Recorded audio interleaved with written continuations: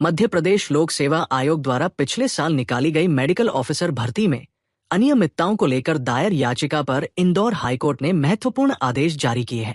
2 वर्ष पूर्व निकाली गई इस भर्ती को अदालत ने दोषपूर्ण माना है और पूरी प्रक्रिया को पुनः आयोजित करने के निर्देश दिए हैं। आज से कुछ महीने पहले मेडिकल ऑफिसर्स के लिए भर्ती निकाली गई थी पीएचसी और डीएचएफएल के साथ में। उस भर्ती के अंतर्गत जिन्होंने भी फॉर्म भरे थे उन लोगों का इंटरव्यू कंडक्ट किया गया। इंटरव्यू कंडक्ट जिस दिन हुआ उसी दिन एक एडिशनल रजिस्ट्रेशन का ग्राउंड बनाया गया कि आप लोग के पास में एडिशनल रजिस्ट्रेशन नहीं है बोल करके उनको उस इंटरव्यू से बाहर कर दिया गया। उसके पश्चात उन लोगों ने वहाँ पर अपने सबने रिप्रेजेंटेशन प्रोड्यूस की। रिप्रेजेंटेशन का कोई जवाब एमपीपीएससी ने नहीं दिया। उसके बाद में 15 से 20 दिन के पश्चात इन लोगों ने यहाँ पे हमारे द्वारा एक पिटीशन मूव करी। उस पिटीशन के अंतर्गत आज ऑर्डर रिलीज हो गया। उसमें स्पेसिफिक फाइंडिंग दे दी गई है कि एडिशनल रजिस्ट्रेशन का ग्राउंड इसके अंदर कोई एलिजिबल ग्राउंड नहीं है और इसकी कोई आवश्यकता भी नहीं है। जो आवश्यकता है वो है सिर्फ पीजी मार्कशीट और पीजी रिजल्ट्स की। तो पीजी के जो रिजल्ट्स की मार्कशीट इन्होंने मांगी थी वो हमने कोर्ट में ऑलरेडी जमा कर दी गई है और सारी पिटीशंस कोर्ट द्वारा अलाउ की गई हैं।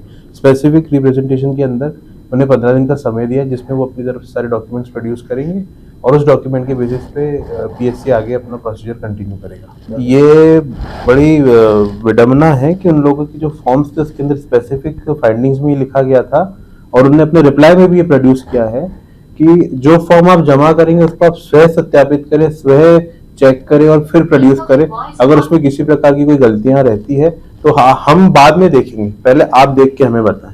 कोर्ट ने अपने ऑर्डर के अंदर मेंशन किया है उस चीज़ को कि ये इस तरह का कोई प्रोसीजर नहीं चलता।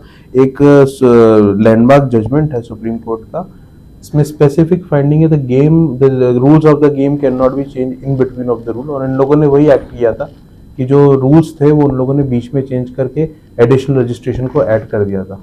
नहीं, भर्तियां नहीं निकालनी पड़ेगी। एमपीपीएससी को जो हम रिप्रेजेंटेशन अब कोर्ट के ऑर्डर के बेसिस पे देंगे 15 दिन के अंतर्गत वो उसके अंदर निर्णय लेकर के ये डिसाइड करेंगे कि अब आगे उन्हें किन्हें लेना है और किन्हें नहीं लेना है। जो एलिजिबिलिटी क्राइटेरिया रखेंगे उन सबको ले लिया। देखिए सर, जो एमपीपीएससी ने 2024-25 लगभग 30 से 35 सब्जेक्ट्स के लिए, अलग अलग सब्जेक्ट्स के लिए, उसके अंदर कुछ जनरल पेडियाट्रिशियन थे, सर्जरी, ईएनटी और गायनोकोलॉजिस्ट, एनेस्थेसिया, अलग अलग डिपार्टमेंट्स के संबंध में कई उन्होंने एडवर्टाइजमेंट निकाले थे।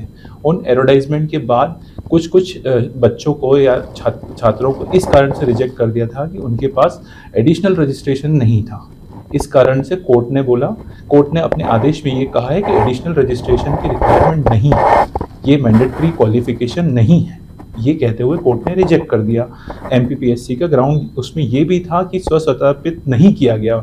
एमपीपीएससी ने अपने जवाब में ये कोर्ट के समक्ष ये कहा था कि जो बच्चे हैं उन्होंने ये डिक्लेयर करा है और कहा है कि आपने पूरी क्वालिफिकेशन अपनी मेंशन नहीं करी है, इस कारण से आप एलिजिबल नहीं हैं।